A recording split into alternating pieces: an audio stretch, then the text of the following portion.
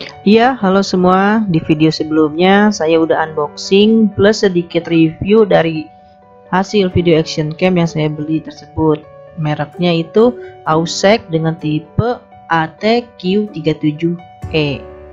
Nah, kali ini saya mau nunjukin hasil perekaman videonya di atas motor itu kayak gimana.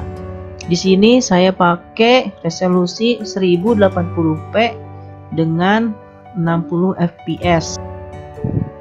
Untuk settingan, selain resolusinya yang 1080p dengan 60 fps, semuanya settingannya default, gak ada yang saya rubah-rubah lagi.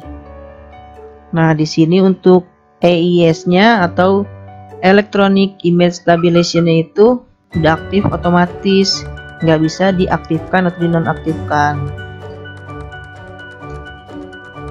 Jadi fungsi EIS itu sebagai pengstabil gambar ketika terjadi guncangan dalam perekaman video, sehingga membuat kita lebih nyaman untuk melihat videonya ketika terjadi guncangan tersebut.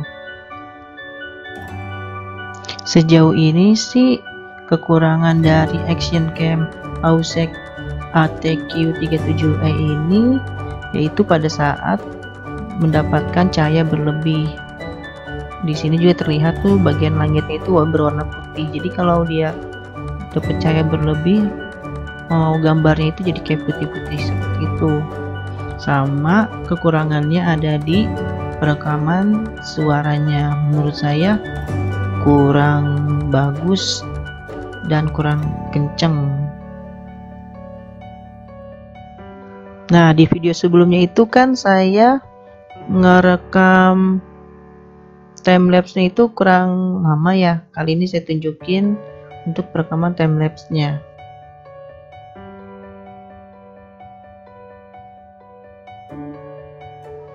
Selain fitur timelapse, action camera ini juga mempunyai fitur slow-mo seperti yang saya tunjukkan di video sebelumnya.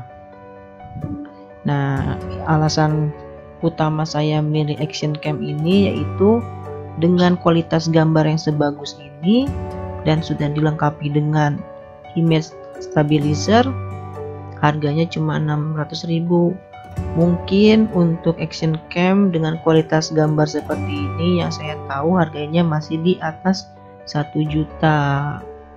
Jika kalian tahu action cam yang setara dengan ini dan harganya lebih murah dari sekarang sekitar 600 sampai sekitar 750.000, kalian boleh komentar di bawah.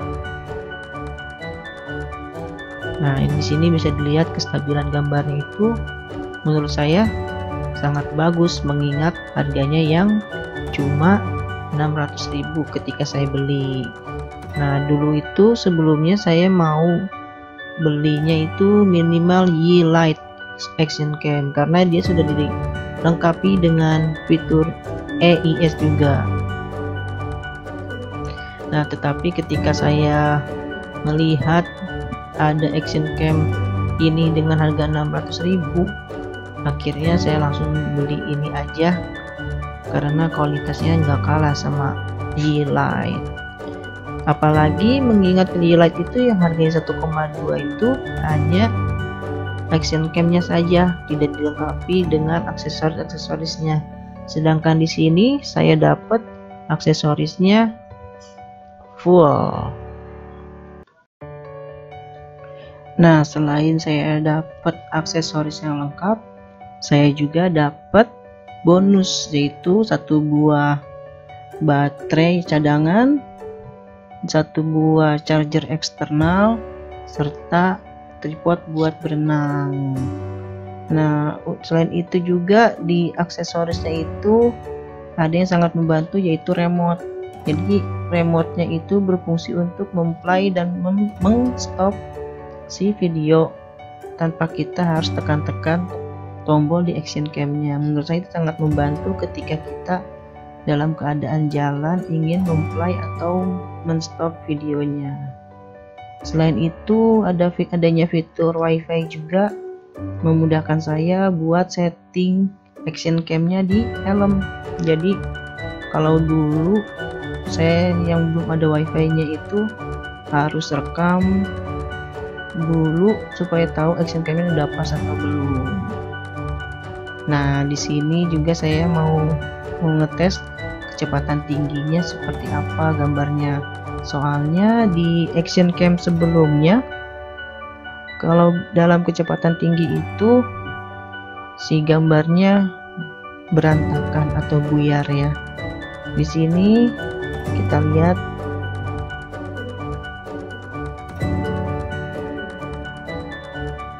walaupun goyang tapi gambarnya itu nggak pecah. Sebelumnya itu sampai pecah. Di sini saya coba untuk kecepatannya sampai 110 km per jam di gigi 4, tapi itu juga belum full. Untuk top speed motor saya ini sementara yang baru bisa saya capai itu 135 km per jam, tetapi itu masih bisa nambah karena waktu itu kondisi treknya yang masih kurang panjang.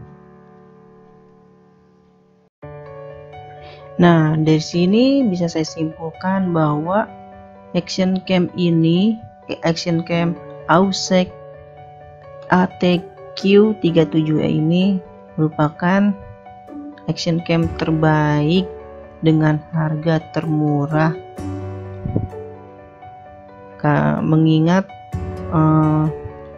action cam lain dengan kualitas gambar yang sama itu harganya masih di atas 1 juta rupiah. Soalnya kalau saya bandingin yang orang sering bilang itu di Pro 5 AE3 itu ketajaman gambarnya tidak sebagus ini menurut saya. Kalau di action cam ini itu dari warna, ketajaman gambarnya pun lebih bagus, dan ya bisa dikatakan setara dengan Miylight lah menurut saya. Bila kalian menemukan action cam yang lebih murah dari ini dengan kualitas gambar yang sama, silahkan komentar di bawah, siapa tahu bisa jadi masukan buat para motovlogger pemula seperti saya yang memiliki budget tidak banyak. Karena jujur saya ini merupakan vlogger kelas kere hore, jadi budgetnya sangat terbatas, tidak seperti mereka-mereka yang punya budget lebih.